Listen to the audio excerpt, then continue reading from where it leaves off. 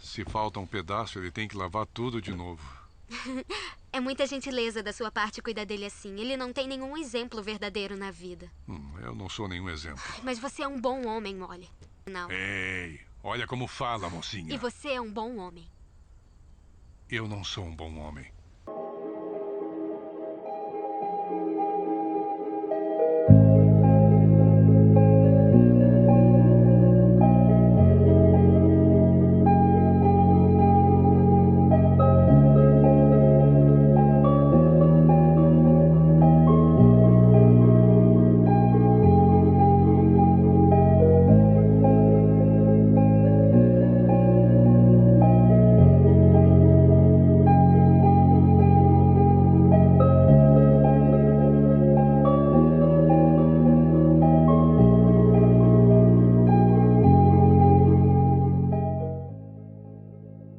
Eu ouvi uma vez que o gênero de fantasia é essencialmente reacionário. Ele é mítico, romântico e de direita. Ele tem um apelo ao modo de vida tradicional, descrição da beleza e estética, seres divinos, magia, hierarquia e nobreza. Geralmente sem tecnologia, onde o caos é derrotado e o mal é tratado como uma força igualitária e corruptiva. Pelo menos essa é a ideia original. E tudo isso é culminado na figura do herói, o homem que bravamente se levanta contra esse problema, essa ameaça, e mantém o status vigente, conservador. Mas embora hajam mudanças decorrentes da nossa era, é seguro dizer que esse modelo não muda muita coisa. Desde o fortalecimento do cinema, principalmente vindo dos americanos, esse modelo ele sofreu alterações, como homens sem rumo, fazendo atos memoráveis. E isso é muito incorporado na nossa cultura, através de histórias de redenção. Uma narrativa comum no nosso tempo são aqueles homens que fizeram coisas horríveis, as quais são obrigados a conviver e lembrar todos os dias, mas que na redenção encontram uma forma de não se livrar daquele problema, eu diria, mas sim de ser eternizado através da glória, que obviamente é um sentimento que supera o remorso, culpa, a dor e coisas semelhantes. Um grande exemplo de personagem de grupos masculinistas que representa essa ideia é o Travis Bickle, do Motorista de Táxi. Um homem que não se encaixa no seu mundo e que busca essa glória através do heroísmo. Mesmo num ambiente corruptivo e amaldiçoado, como o cinema americano, claro, na minha opinião, um cara que na minha visão e de muitos conservadores representa um mito do herói é o Clint Eastwood. Ele já é um cara bem velho no cenário do cinema americano e provavelmente o seu avô ou o seu pai acabou assistindo alguns filmes dele de sessão da tarde, onde ele ficava dando tiro na bandidagem. Mas eu vou falar de um filme mais recente dele. Geralmente quando você escuta o nome dele é muito citado a Trilogia dos Dólares, né? Que já são filmes bem datados.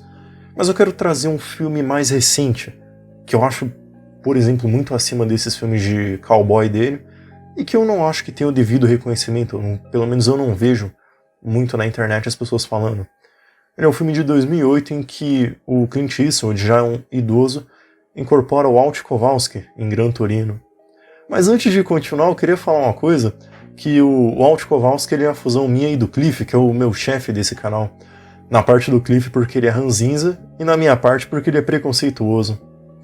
Mas brincadeiras à parte, a história é sobre um ex-fuzileiro que serviu por quase 3 anos os Estados Unidos numa guerra na Coreia, e a qual ele é atormentado até a idade idosa, e que, vamos assim dizer, ele não conseguiu superar os seus demônios, mesmo recomeçando a sua vida, voltando para os Estados Unidos e formando família. Falando sobre a personalidade dele, ele é um nacionalista americano comum. Ele trabalhou 50 anos na Ford, ele não gosta de imigrantes e a cosmovisão política dele seria algo alinhado ao conservadorismo. Mas mesmo assim a vida foi amarga com ele. Os filhos dele não têm nenhuma semelhança com ele. Os seus netos o desprezam, especialmente a neta dele, que assim como todos os familiares esperam que ele morra para que ele não seja mais um estorvo que eles tenham que visitar de domingo em domingo. E óbvio para que todos eles peguem a sua herança. Em especial o carro que no filme todo mundo tem uma obsessão não natural, o seu Gran Torino 1972.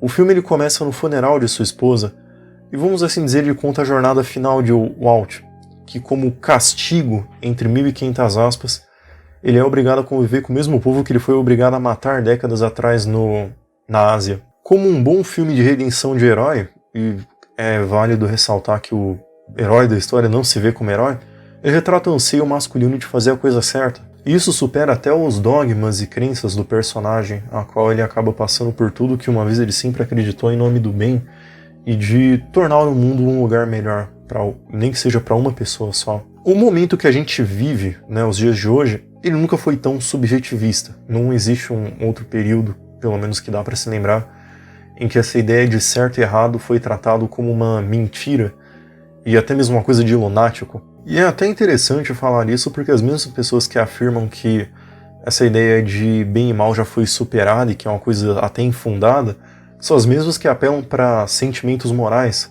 quando alguma coisa errada com o grupinho delas acaba acontecendo. Mas enfim, não é sobre isso que o vídeo vai tratar. O que eu gostaria de atenuar seria o porquê que os homens eles acabam se assemelhando tanto, pelo menos se espelham nesses personagens da TV. E é claro, eu não acho que teria uma resposta tão simplista para uma questão dessa que acaba atingindo muitos homens. Se você tá aqui, eu imagino que você já eu não vou dizer espelhou, mas você de certa forma acredita que existem semelhanças com algum personagem que você viu de algum determinado filme. E eu gostaria de dizer que você não tá totalmente errado e que não é vamos assim dizer, uma sensação egoísta, né, de se achar uma pessoa que é tão interessante que faria um filme sobre você. O que eu tô querendo dizer é que embora não existam semelhanças nos acontecimentos da história dos personagens com os homens modernos, ele existe uma semelhança moral. Acho que é mais ou menos isso que eu queria atenuar. Eu não considero o meme do literalmente eu tão meme.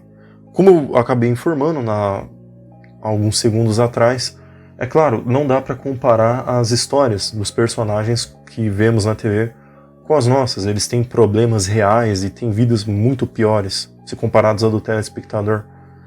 Mas eu acredito que a semelhança ela se encaixa no fato de o próprio personagem ele se enxergar como peça do subjetivismo vigente e ele luta contra isso, como se fosse da natureza do homem lutar, e não só isso, mas lutar pelo que é certo. E eu acho que é por isso que existe uma identificação tão forte com esses personagens como o Kowalski e o Travis Bickle.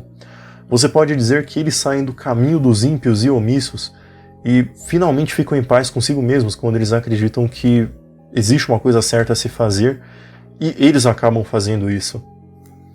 E essa é uma das formas do homem ele exercer, né, aquele anseio masculino de agir. Seria equivalente ao homem que ele se levanta em revolta a tudo que ele está observando acontecendo ao seu redor. E onde tudo isso culmina, talvez você esteja me perguntando, bom, esse é um dos únicos redutos masculinos existentes na nossa sociedade. Eu acho que isso diz muito mais sobre os interesses dos homens nessas bolhas e filmes masculinistas do que qualquer opinião, entre aspas, científica de algum sociólogo ou cientista, semelhante falando que isso é simplesmente uma bolha de incels que não cresceram, sabe? Que não aceitaram a realidade e que não quer se adaptar por discurso de ódio ou porque vivem no passado.